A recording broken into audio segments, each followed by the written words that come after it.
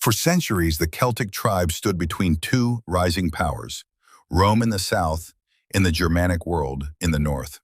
But by the late 2nd century BC, that fragile balance was collapsing.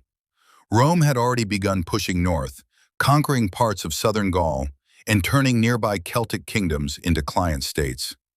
But before we go further, hit subscribe for more insane history stories most people have never heard. Because while Rome marched north, something terrifying was moving south. Around 120 BC, disaster struck the northern lands of the Jutland peninsula.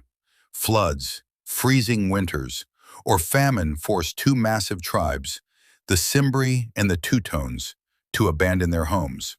What followed wasn't just migration, it was an unstoppable human avalanche.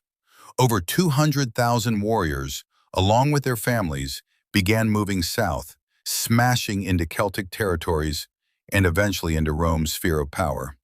For the first time in history, the Roman world collided with the Germanic tribes, and the result was pure bloodshed. Rome eventually survived the conflict known as the Cimbrian War, but the victory came at a horrifying cost. Tens of thousands of Roman soldiers dead, and more importantly, Rome had just learned how terrifying their new northern enemies truly were.